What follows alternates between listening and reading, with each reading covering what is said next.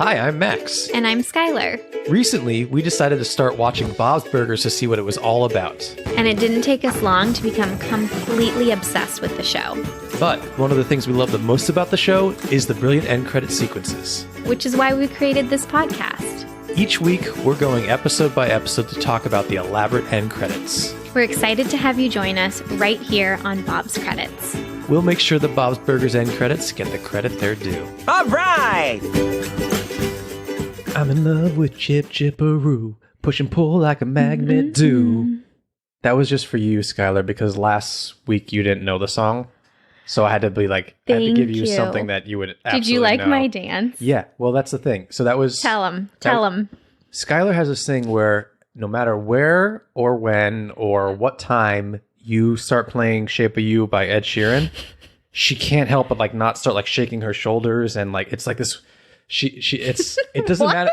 Yeah, it's like a shimmy kind of. What would you call it? That you start I doing just thought I was dancing. You just start and you can't like not do it. It's like this running. It's like gag. a button. Yeah, if you it's in on. if we turn on the car and like it's on the radio, you start going. If we're in the grocery store, you'll start dancing to it. It doesn't matter where or when. Someone could choose that as the song at a funeral, and you'd be like, I'm in love with your body. Start going at the funeral. Maybe you should play it at my funeral and see if like the casket starts shaking. So dark, and I'll do it. I promise you. You have my word. I love you. This is why I love you. Okay. Well, I'm in love with the Shape of You. Oh, thanks. And I'm in love with the Chip Chipperoo. Bed sheets smell like you. See, we're not going to be able to get through this episode. She's going to be singing Ed Sheeran the rest of the Thank you day. for doing that, because I was starting to feel like I was like, not a Debbie Downer, but a fun sucker. A sucker of fun, because I didn't know the songs you were singing. It's only happened like once. I just want to point out that if anyone could hear the birds chirping in the background, it's lovely, isn't it? What a lovely day. I feel like we're in like we added that. I hope people can hear that, because it does sound like I added an effect of a bird chirp in the background to make it sound like we're like in a Disney cartoon. Sorry. These fucking birds. Maybe we should just like stop the podcast and have it be a sound thing. We can record it right now. We're picking it up. We'll fall asleep to this tonight. Yeah. Put it on YouTube. Make a bunch of money. Exactly. You know where my head's at. Should we get into Let's Bob do Pun it. or Max Pun? Yeah. Okay. Are these themed? These are not themed. I thought about doing Thanksgiving themes, but there's limited Thanksgiving themed burgers on Bob, so it would be all me, and I don't want to that pressure. You know what we should do? We should play a round of Bob Pun, Max Pun on our Instagram this week. We'll do that. Bob's Credits on Instagram. Go follow us if you want to get in on this. Yeah, it'll be in our stories. It's just more pressure on me to come up with some good puns. All right. Skylar. Max. Your first pun is the Planet of the Grapes burger. You. Yes. Skylar loves Planet of the Apes, those movies. Just want everyone to know that. She didn't think she would. Oh, this is Who Am I? It's like you can really see the emotion on their faces. Is that me? CGI. Is that me? Yeah. Look, who doesn't agree with me that the Planet of the Apes movies, the new ones, were really well done? Soulful eyes. Yeah. Yeah. Give Andy Serkis an Academy Award for making that monkey so emotional. Yep. Okay. Your next pun is the Run Gorgonzola Run Burger, made with Gorgonzola.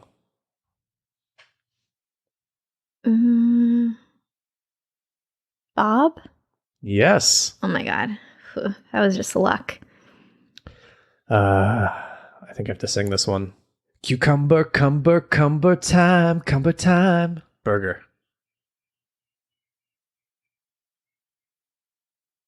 The birds are cheering me on. Summertime. Bob. No, Max. Eh. And your final pun is... I might have to sing this one too. You're the one that I croissant. Whoa, I'll try that again. See, that was not a fake laugh. No, that was... You're the one that I croissant. Burger.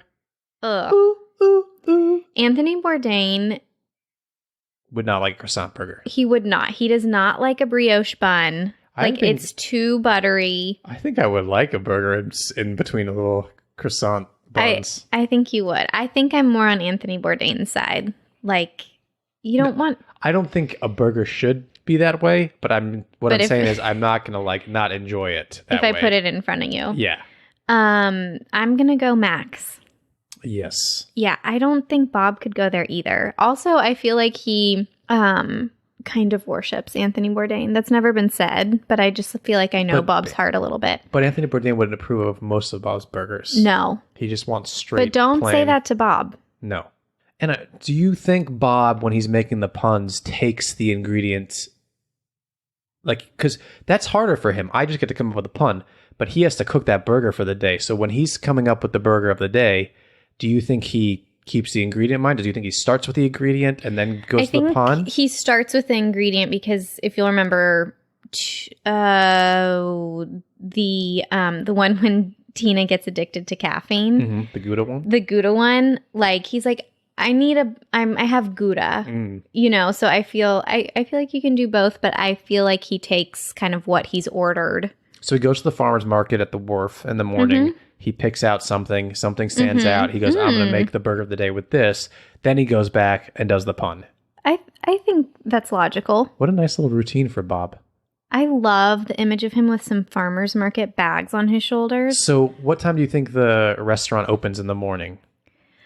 All I can tell you is that restaurant is not open at night, and it drives me insane. Skylar and I have talked about this regularly on the podcast, where we don't understand what time the restaurant is open in the evening, because a lot of the show takes place in the evening, and they're up in the apartment, and the restaurant must be closed because no one's down there. They eat dinner together as a family. Unless they eat dinner at 11 p.m. Yeah, the restaurant has to close at like 6:30, maybe at the latest. Yeah. So is there not dinner? Do they not serve dinner there? But sometimes that's where you make the most money, though.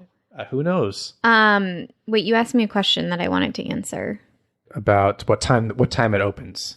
Oh, I think that they probably start prepping at 10 and the restaurant opens at 11. That sounds about right. That's kind of what it was for and where I work. And that's accurate to the show, I believe. It's just the nighttime hours that are questionable. It doesn't really bother me because I love seeing them up in the apartment. No, I mean, and also it's a TV show. What are you supposed to do? Like, if the restaurant's supposed to be running for most of the day and stuff has to take place outside of it. That would be my brain. I would be like, no. Like, sometimes I just get way too into the details. Yeah, animation is not for you. Thank you. Because you don't want to break the rules. I want to break them. But my brain won't let me. That's the problem there. Yeah. Should we get into the episode? Yes, I'm so excited. I love that. I love it. Skylar, can we have the title and synopsis to Season 4, Episode 5, please? Yes. This episode is titled Turkey in a Can. It's our second Thanksgiving episode, and Bob is determined to make a stellar turkey, prepped to perfection with his 3-day father of the brine recipe. The only problem is that someone keeps dumping the turkey into the toilet after everyone goes to bed. Meanwhile, Jean, Gail, and Linda take it upon themselves to compose an original Thanksgiving tune, and Tina is determined to take her rightfully earned spot at the adults' table this year. Teddy's anecdotes are as delightful as ever in this episode, particularly the one about a rat with a hat in the toilet. This episode came out on November 24th, 2013, and it was written by our favorite sister writing duo, Lizzie Molyneux and Wendy Molyneux, and directed by Boowan Lim and Kyungi Lim. Dream team all around. Yeah, we love those. Yeah. We love that duo. Both duos. Yeah, and I think we've mentioned that the Molyneux sisters write most of the Thanksgiving episodes. I think. Yeah. A lot of the holiday episodes. Yeah, it must be an honor. I feel like. Look, the Bob's Thanksgiving episodes are always so good. They are so good. I think I have to backpedal a little bit. Go ahead. Our last Thanksgiving episode. Well, first, let me just say, I love the Thanksgiving episodes. They rank number 1 for us, right? The last time we did this? I think we said that, yeah. Yeah. Because it's such a big deal for Bob. It's a show about a restaurant, so it's just very fun to watch them go all out for Thanksgiving. And he's so excited about it every year. Which, that is my heart. Mm-hmm. Like, every Thanksgiving, Max has to handle a meltdown I have because I've overextended myself because I want everything to be perfect and I think I can cook everything. Meanwhile, no one around me cares. I have to see you're Bob during Thanksgiving, and I have to be Linda and the kids. So I'm both like trying to. So this is hard on you, me cooking dinner. Look, I'm trying to help the meltdown, but I'm also one of the causes of the meltdown by being the kids. So because you don't freaking like mashed potatoes. Who doesn't like mashed potatoes? So now I'm making mashed potatoes. I'm making roast potatoes. I know Jean would be very disappointed in me, and that makes me sad. Oh. Okay, so let me go back a second. And I think in our first Thanksgiving episode, we said like there's one of the reasons we love the Thanksgiving episodes is because there's not enough Thanksgiving content. But I think we misspoke. I think what we should have said is that there aren't enough Thanksgiving movies. Because I was reading, I think it was AV Club article about this episode, and they were talking about how Thanksgiving is like a literal dream for sitcoms. You have to put a family in one room with differing opinions and different beef with each other. That's like comedic gold.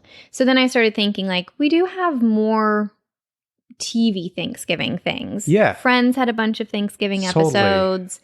Yeah, it's like stuff like Roseanne, Mary Tyler Moore. Yeah, all those shows definitely had Thanksgiving episodes for sure. So TV, but movie wise, you get like Planes, Trains, and Automobiles, the big one. But I don't know what else is like Thanksgiving. Anyway, and you also don't get Thanksgiving songs. I think Adam Sandler has a Thanksgiving song, and that's about it. You don't have enough Thanksgiving songs, except Gene and Gail compose Gravy Boat. Yeah. Which, fun fact, that was written by Lizzie and Wendy, and then John Roberts and Nora Smith. Oh, okay. More Nora Smith action after last week. She sang in the song from last week's episode, the Sneaky Pete song. Look at you remembering things. We'll get into Gravy Boat because we'll hear it in the end credits. Spoiler alert. Do you have any other fun facts for us? I have some fun facts for us, but after I just took up all that time with the Thanksgiving spiel, I want to ask you about the episode.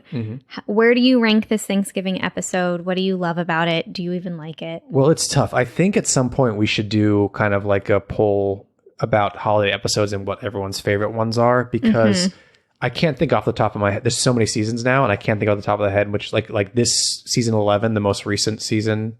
I loved it. It was such a good Thanksgiving episode. So that one's like at the top of my, in the front of my mind right now, but I can't think of what my favorite is, but this one is better than the first Thanksgiving episode, I think. Yeah. The first Thanksgiving episode, was at, why am I blanking on his name? Mr. Fishoders. Yes. And that was not, it was fun, but it wasn't my favorite. But we learned about Bob's obsession with Thanksgiving, which does play into this episode.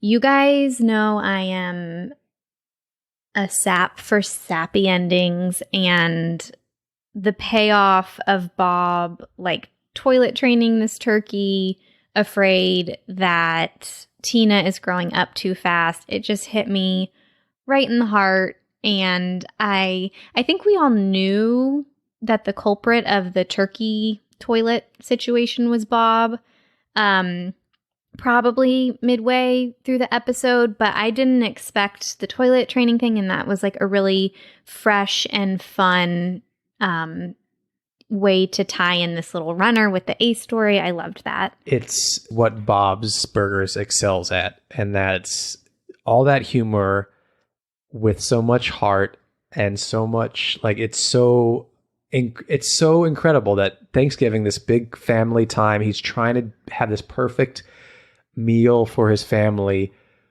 but he's in his subconscious is sad that his kids are growing up and this family will eventually kind of go off and do their own thing. So he's dreaming that the turkey is his baby children, and he's teaching them how to go to the bathroom.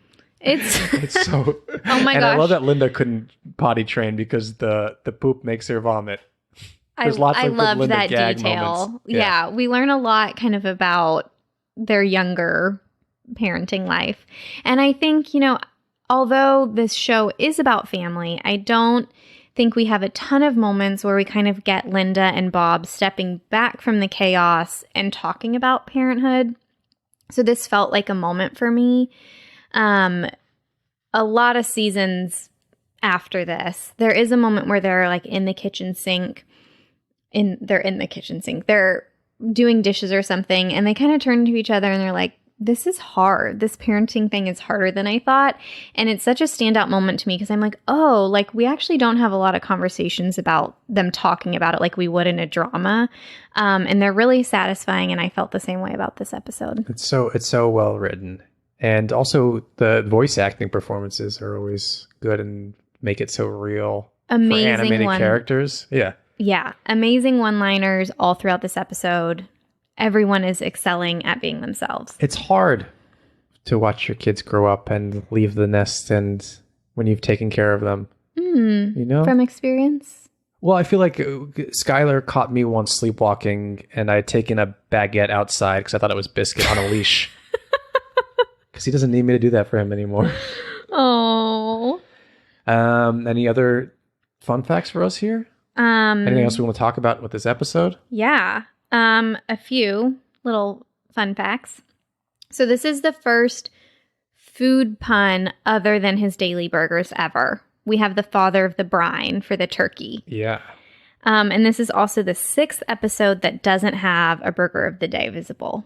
Oh, yeah. You know what? I think when I was looking for Thanksgiving burgers of the day, it said that on one of the Thanksgiving episodes. There is none listed here. Yeah, so it must have been this one. And then kind of a big point, which we've actually haven't discussed, the two of us, is that a lot of people think that this episode points to Bob being bi. I was hoping you would bring this up because it is this is such a big deal in the Bob's Burger community because I've seen it not just research this episode, but I feel like I've seen it in certain memes, certain I knew about this before researching this week, and then it came back up as I was researching for this week. And it's there's a point where Bob's talking to this butcher who thinks Bob is hitting on him, and that's why he keeps coming to get turkeys every single day. By the way, I'm sorry to mention Anthony Bourdain a million times, but he reminded me of him because he has this tattoo under his short sleeves.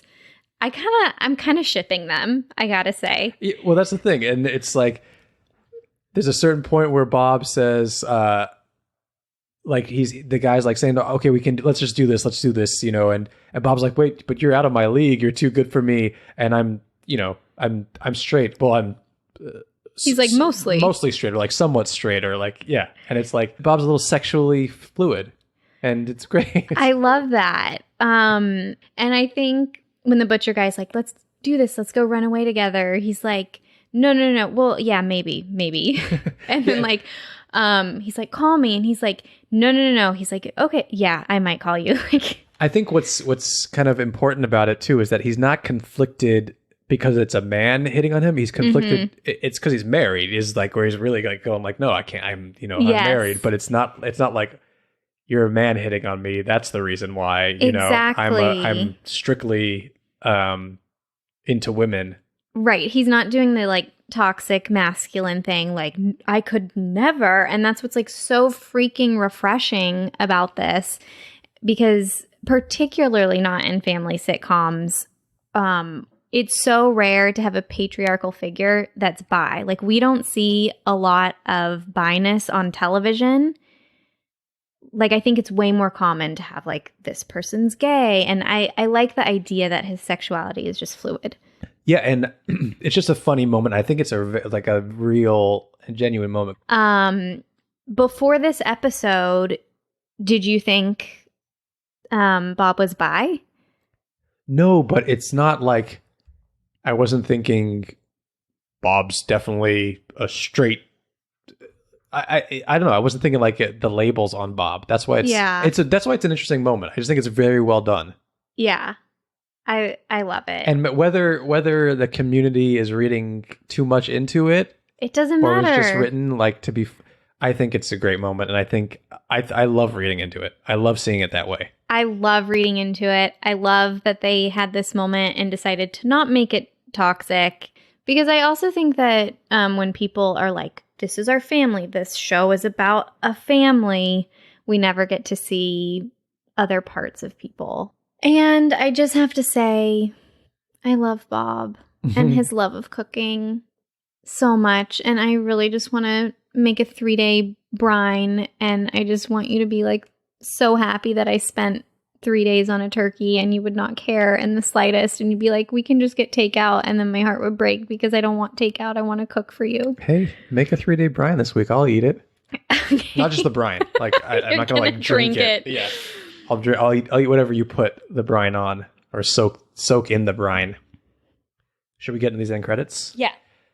So the very last moment, which we'll hear here, is Bob is still sleepwalking, but there's not a turkey anymore to put into the toilet because Thanksgiving is over.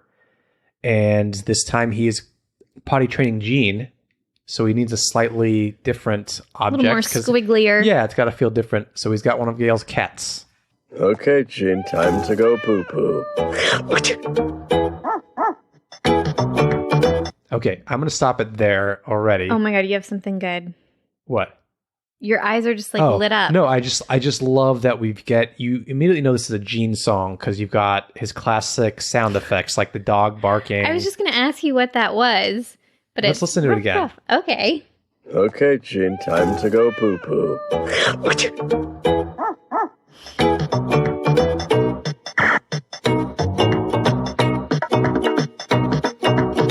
Okay, before any vocals come in there, so we also get a laser noise. So those are iconic. The two noises from the opening credits. Are they? Well, you know, our never-ending debate is that I think Louise is going, ah. So you just proved yourself wrong. No, I'm still standing by it. I'm still standing by it. I just won life. No. I just won. No, you didn't win anything. I'm going to edit that out. What's going on the screen when we're hearing this Gene intro? Don't you dare edit that out. It's not coming out. Okay. All right, so we have the little intro. We have some guitar, but we know it's Gene because of his iconic little sounds. Classic kitchen scene, except who's in the window? Well, there's no one in the window at first when the music's playing. Okay. But right as I paused it, we've got Aunt Gail popping into the window because she's about to sing the song that they wrote. We are so enamored by Bob in this episode. We didn't even mention how wonderful it is to have Gail in an episode. It's true. It's magic. I love her. I love her bringing her cats. It's the catalyst for why Bob is on this medicine. He's allergic to the cats. Yeah. She's got too many cats. She got one on the way to their house and brought it over. And I love how she perfectly wedges her way into the family dynamic. Like when they're all in the bathroom and Louise keeps like, she's like, it's you're the culprit. And she's like, oh, maybe. Like, yeah. and Linda and her playing off each other are amazing. Gail's just one of the best characters. I'm seeing on the screen right now, by the way, Tuck Watkins is the guy who did the butcher's voice. Okay, Tuck. Just saying. We didn't know who did the butcher's voice. That's it. Should we listen to this song a little bit? Yeah. A ding, a ding. Oh, what's that sound? It's the gravy boat. Okay. Coming around. Okay. What happened in the window as we get that a ding a ding? So we have a ding, and Gail's fingers are like pointing to the sky, like a ding. And then Linda slides into the window, cupping her ear. She goes, what's that sound? And then they say, it's the gravy boat coming around. Coming around. As Louise goes over to Bob to get the burger on the plate. Not a navy boat. It's the gravy boat. Filled with bravery, savory, sailor folk. Stuffing, sailors, disembark. Fill our plates and fill our hearts. Okay. Oh my God. So it's hard to explain all the moves they're doing there, but obviously they're reacting to all the stuff they're singing. Like pushing into each other and holding each other's hands and then pushing apart. It's heavily choreographed. Mm-hmm. And they say, it's not a navy boat, it's the gravy boat. Filled with bravery, savory, sailor folk. Oh my God. This is so weird. It's so good. Yeah. I just have to pause for a second. I think what's making this for me is that Tina, Louise, and Bob could not be bothered. Yeah. And I can so imagine that this is like the Friday after Thanksgiving and like patrons are there and like these two sisters are singing about Thanksgiving and everybody just wants Thanksgiving to be over once it's over. And they're still singing about Thanksgiving.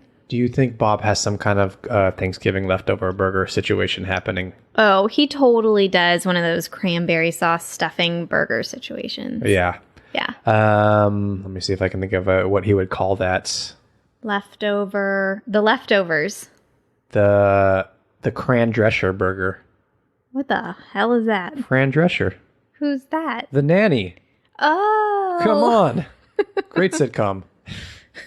I'm sure they got some Thanksgiving episodes. Yeah. So in the next part they sing is stuffing sailors disembark, fill our plates and fill our hearts. It gets like very Broadway-esque, which it doesn't in the episode.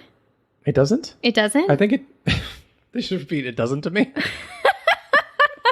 I said it doesn't? It doesn't? What? No, Bob do. falls asleep. I think it does. I think they do it. Okay. I think they do the whole thing. Okay. And then it gets into this part where it's going to pick up a bit. Okay. Why are there sailors in the gravy boat?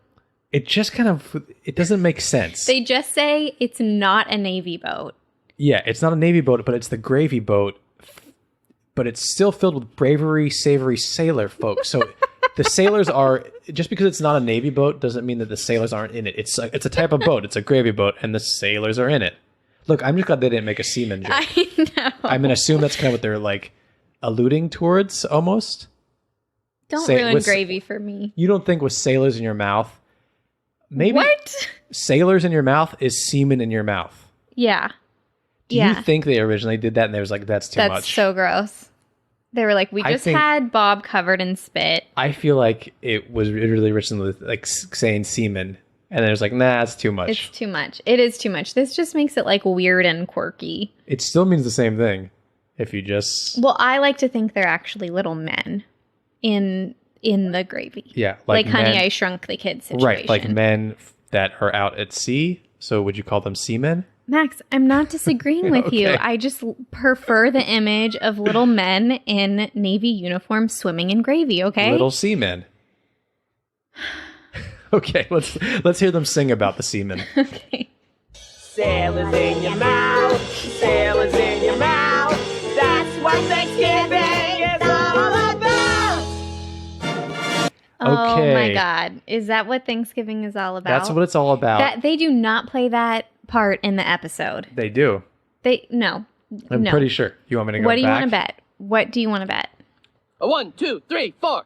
Okay, so this is from the episode itself. Yes. Let's see what the happens. difference. Ding, a ding. Oh, what's that sound? It's the gravy boat. Coming around. It's not a Navy boat. It's the gravy boat. Filled with bravery, savory, sailor folk. Sailors in your mouth, sailors in your mouth. No. Bobby? But they skipped Hey, part Bobby. of the song. Just the very end. Yeah, But that's but what Thanksgiving's all about. there's a whole like section that they didn't sing. Oh, what's that sound? It's the gravy boat. Coming around. It's not a Navy boat. It's the gravy boat. Filled with bravery, savory, sailor Keep folk. watching. Sailors in your mouth. Oh, you're right. Sailors in your mouth. Yeah. I told you. Bobby? So I'm half right. Half. Wait, explain why I'm kind of right. Because in that version, we're missing stuffing sailors disembark, fill our plates, and fill our Fill our hearts. the It just whole skips- Broadway. It just skips to the sailors in your mouth. And then it also doesn't have that's what Thanksgiving's all about because Bob falls asleep. Right. So the Broadway-esque is an addition, and I love it. Great. And you think that's about all that we're going to get here. We're going back to the credits. Yeah, Gene comes in from his normal walking across the screen in his burger suit. Mm-hmm. But we get one last little Little dessert. A yeah, little cherry on a top. little cherry on top. What happens, Skylar? Something scurries behind Gene. What is it? It's a rat in a hat.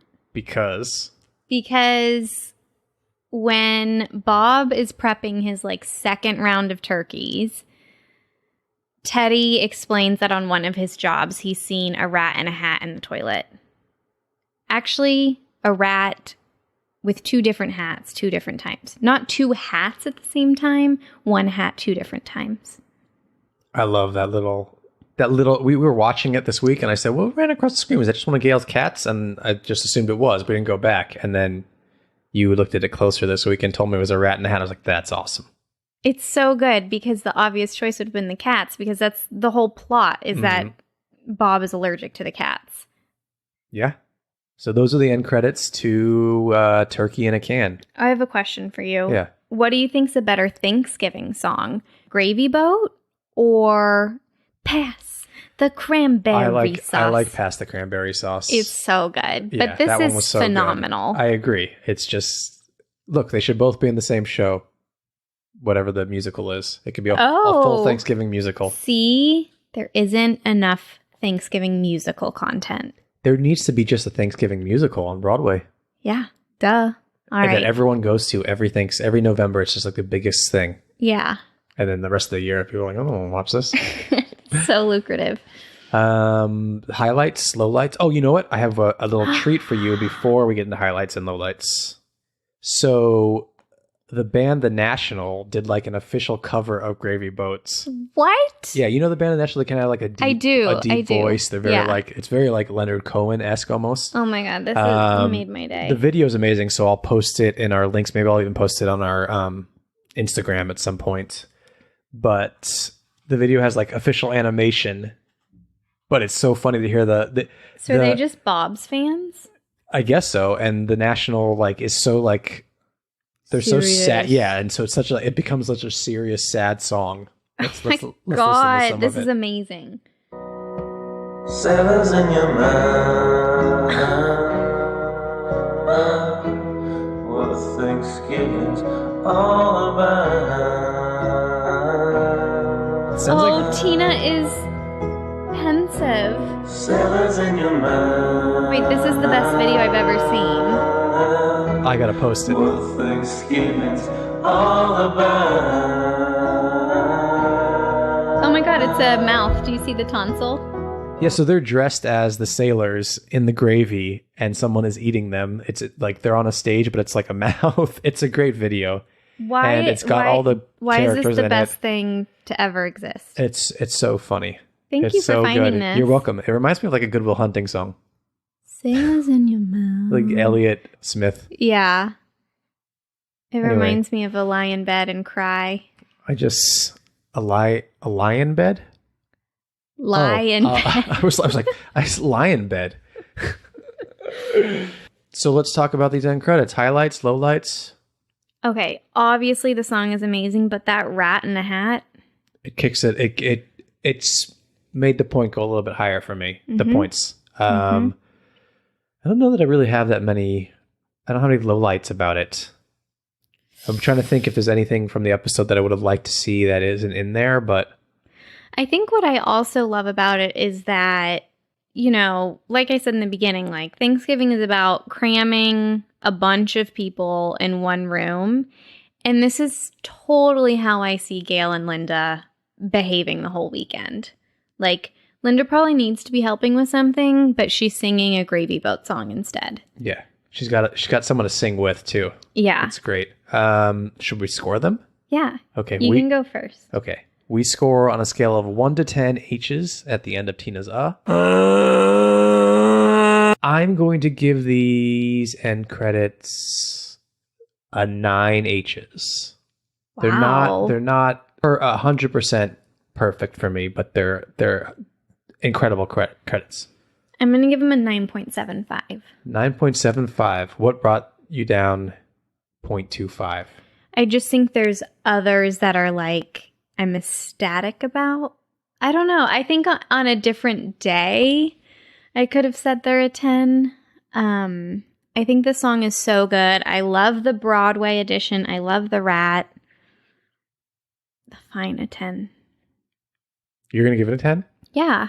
You know, I'm not. When I ask you, I'm not. No, I want to be fair to these credits. It's very important to me, and I think they're really good. The only thing is the kids aren't doing anything. Yeah, it's always kind of sad when they're not doing anything. But again, like it's like we said, a lot of times these characters are like just going about their normal business, and then there's always like a character or two who's just like, oh, that's just Mom and Aunt Gail doing their their song and dance thing. It's like so normal that we're not even going to react to it. Can you imagine being in that kitchen and Linda and Gail have had like 4 glasses of wine. Oh my God. If I were Bob, I would just... Too much. Too much. All right. That's it. Thank you, everyone, for listening. Please follow us on Instagram and Twitter. Bob's Credits. I'll be posting some of this bonus stuff this week, and you don't want to miss it. And support us on Patreon, patreon.com/Bob's Credits. Leave us a review. Tell your friends about us. Tell your family when you're sitting down at the Thanksgiving table this year about us. I know we got a little while to go before that, but do it. Can't wait. Do it. You know what? Yeah. Bring it up at the table. It's important. It's important. Skylar, is there anything you want to tell the folks before we get out of here? Just stay cranberry saucy. There it is. Knew it was coming. Maybe we'll play a little more of this national song to take you out. Sailors in your mind, what Thanksgiving's all about.